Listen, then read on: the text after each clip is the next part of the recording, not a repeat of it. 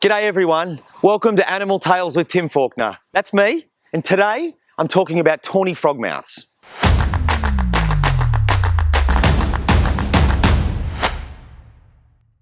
This is a tawny frogmouth. Now, they might look like an owl, but they're not, they're nightjars. And some of the differences are that they don't have those big talons, the claws that owls do. They just have little feet, and their beak is big enough to swallow their food whole. They live in the trees, and what you can see here is that they're incredibly camouflaged. Now, it might look like a subtle camouflage, but they freeze, just like this bird's doing here. And any predators that come past can't spot them. I can't spot them. They're really hard to see when they're in a tree like this because their feathers are like bark and different colours of the trees to blend in perfectly. Tawny frogmouths are found throughout much of Australia.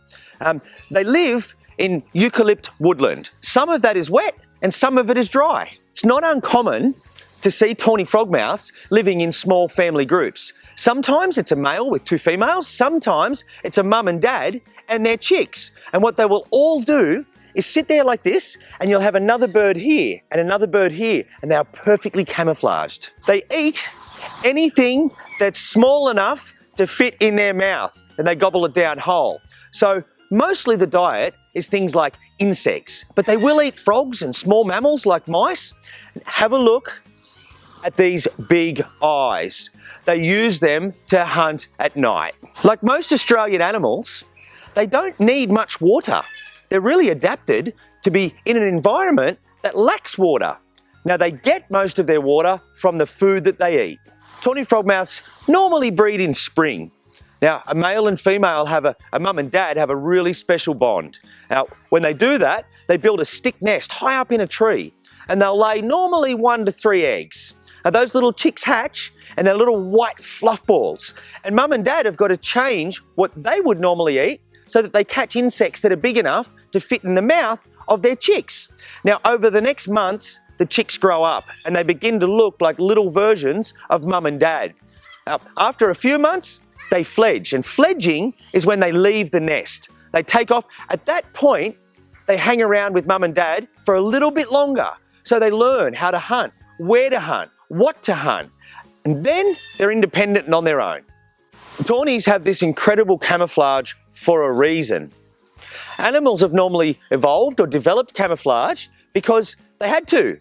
If they didn't have it, their threats such as predators, and in the tawny frogmouth's case, it could be large pythons, goannas, dingoes, quolls, which are carnivorous marsupials.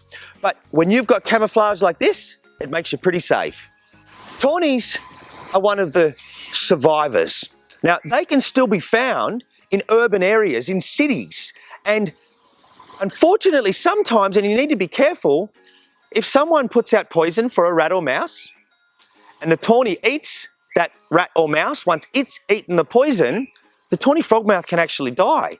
But they've been able to survive. They're found throughout much of Australia, but they're one of our backyard birds. I have a couple at my house, and to have a tawny frogmouth around, you'll normally know it because their call, the sound that they make goes woo, woo, woo. And when you hear that, you know you've got a tawny. That's when you get your torch and have a look.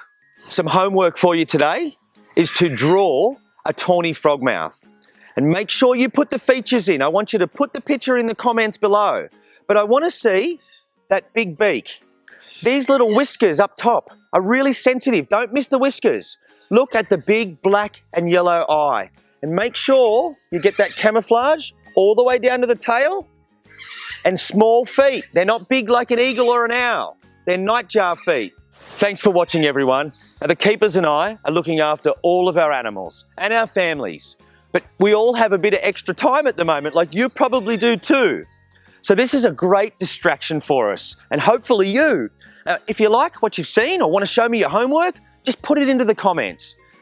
This is what I do, connecting people with nature, and that can't stop. I'll see you next time.